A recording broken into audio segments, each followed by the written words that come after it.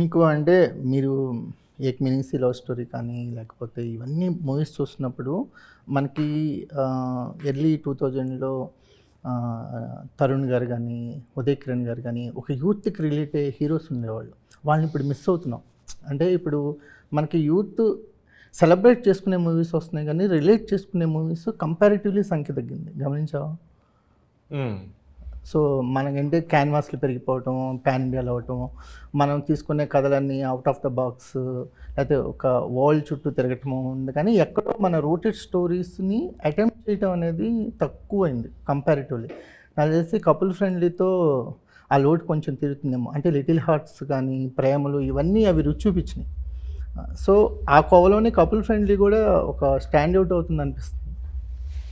Thanks అన్న. ఖచ్చితంగా I mean the attempt ఏంటంటే చాలా ఎంత జెన్యూన్‌గా అంటే లిటరల్‌గా ఈ సినిమాలో పాట వచ్చినా సరే సినిమా కథ ఆగదు.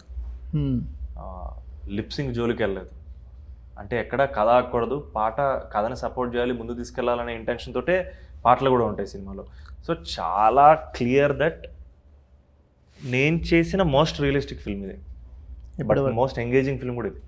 Most engaging.